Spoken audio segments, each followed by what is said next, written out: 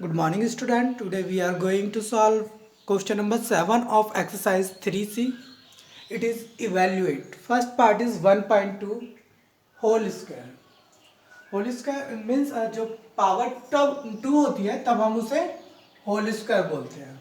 इसका मतलब ये है कि 1.2 यहाँ पर 2 टाइम्स लिखा हुआ है. दैट मीन्स जब हम इसे सॉल्व करेंगे तो 1.2 मल्टीप्लाई 1.2 पावर 2 का मतलब है इसे हमें 2 टाइम्स लिखना है. उसके बाद जैसे हम सिंपली मल्टीप्लाई करते हैं उस तरीके से हम मल्टीप्लाई कर देंगे. 1.2 की मल्टीप्लाई हमें 1.2 में करनी है. दैट मीन्स 12 टू ज़ा 24 कैरी 2 12 वन ज़ा 12 12 एंड 2 14 144 हो गया. अब पॉइंट के बाद कितने डिजिट्स हैं? यहाँ पे 1 डिजिट, यहाँ पर भी 1 डिजिट. दैट मीन्स 2 डिजिट के बाद हम पॉइंट लगा देंगे. It is our answer. I hope it is clear. Now second part, it is 0.7 square. इसमें हमें क्या करना है? 0.7 को 2 टाइम्स लिख लेना है. पहले 0.7 मल्टीप्लाई 0.7. अब इन दोनों की जब मल्टीप्लाई करेंगे वी नो वेरी वेल 7 7 से 49 49 आ गया. पॉइंट के बाद 1 डिजिट, पॉइंट के बाद 1 डिजिट, 2 डिजिट के बाद हम पॉइंट लगा देंगे. पॉइंट के आगे कोई डिजिट नहीं है तो हम 0 लगाएंगे. Is our answer. Now third part of this question. Third part is 0.04 square. It means हमें 0.04 को 2 टाइम्स लिखना है. 0.04 मल्टीप्लाई 0.04. अब हमें क्या करना है? इन दोनों की मल्टीप्लाई करनी है. 4 4 जा 16 होता है. We know very well. Okay, यहाँ पे पॉइंट के बाद 2 डिजिट, यहाँ पर पॉइंट के बाद 2 डिजिट, टोटल 4 डिजिट है. तो हमें 4 डिजिट के बाद पॉइंट लगाना है. 2 डिजिट तो हमारे पास है. थर्ड डिजिट जब नहीं होगा तो हम 0 प्लेस करेंगे. 4 डिजिट वो भी हमने 0 प्लेस किया और उससे के बाद हमने पॉइंट लगा दिया. So our answer is 0.0016. I hope it is clear. Now fourth part is 0.11 square. 0.11 square. इसमें भी हम इस नंबर को 2 टाइम्स लिखेंगे. दोनों नंबर्स की मल्टीप्लाई करेंगे. 11 मल्टीप्लाई 11 121 होगा. Okay, after point there is 2 digit and also there is 2 digit. Total 4 digits हो गए. हमारे पास 3 डिजिट्स हैं. 4 डिजिट हमने 0 लगा लिया है.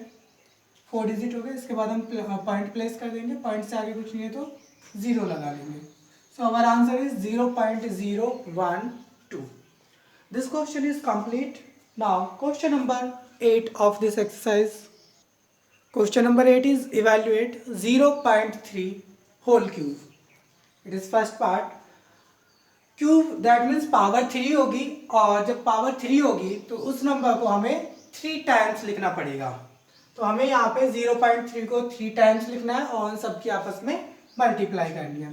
0.3 मल्टीप्लाई 0.3 मल्टीप्लाई 0.3. ओके, अब जब हम तीनों की मल्टीप्लाई करेंगे तो 3 3 ज़ा 9 9 3 ज़ा 27 मल्टीप्लाई करके 27 मिल गया हमें. अब after point how many digits है? 1 1 1. टोटल 3 डिजिट्स है आफ्टर पॉइंट. तो हमें 3 डिजिट्स के बाद पॉइंट लगाना है अपने आंसर में. तो हमारे पास तो सिर्फ 2 ही डिजिट है. तो थर्ड डिजिट जब नहीं है तो हमने 0 सपोज कर लिया. अब 3 डिजिट हो गए. उसके बाद हमें पॉइंट लगा देना है. अब पॉइंट से आगे कुछ नहीं है तो हम अपनी तरफ से 0 सपोज कर लेंगे. So 0.027 is our answer. Now second part, it is 0.05 का होल क्यूब. 0.05 whole cube. इस नंबर को भी हमें 3 टाइम्स लिखना है. 0.05 मल्टीप्लाई 0.05 मल्टीप्लाई 0.05. 3 टाइम्स हमने लिख लिया. अब हमें क्या करना है? इन तीनों की मल्टीप्लाई करनी है. वी नो वेरी वेल 5 5 जा 25 25 5 जा 125 125. ओके, मल्टीप्लाई हमने कर ली. अब after point there is 2 digit 2 digit 2 digit. That means total there is 6 digit after point.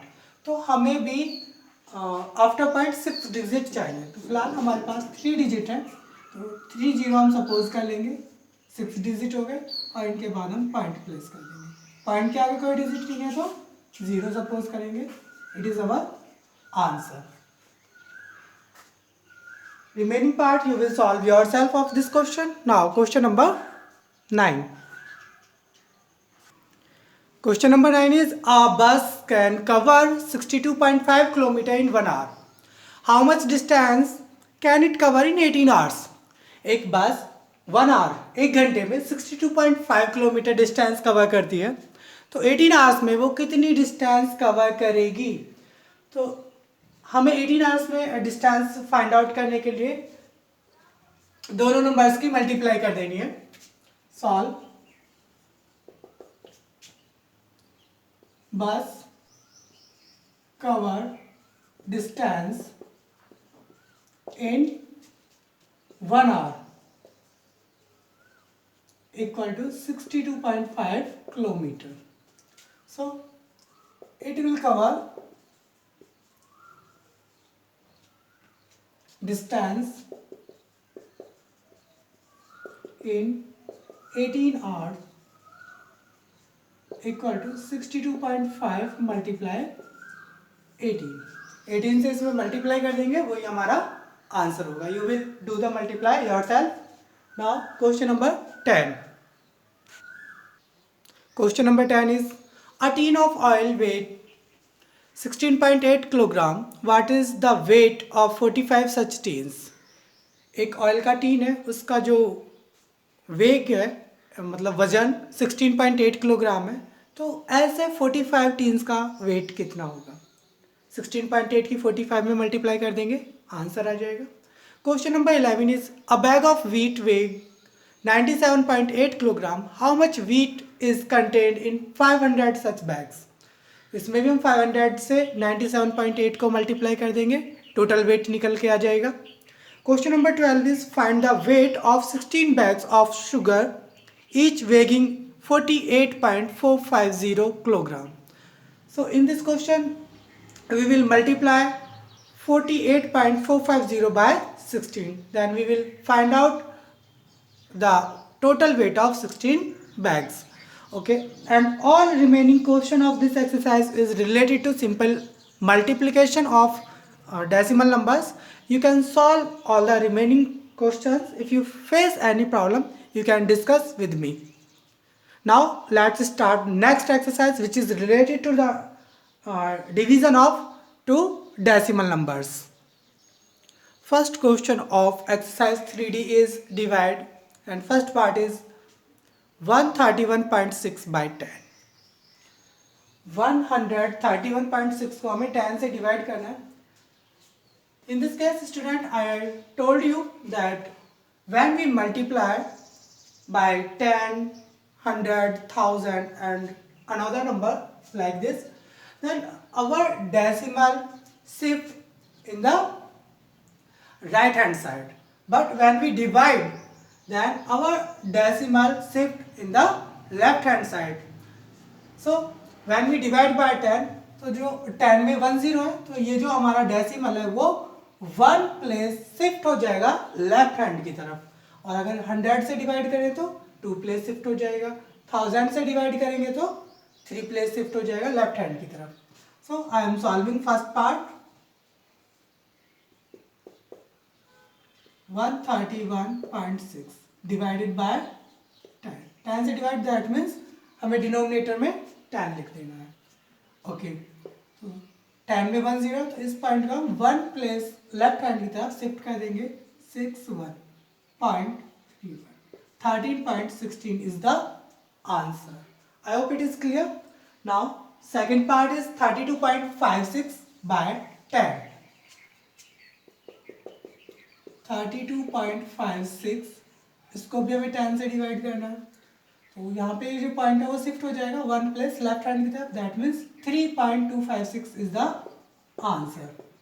I hope it is clear. Now you will solve all the remaining part of this question. Now let's discuss about question number 2.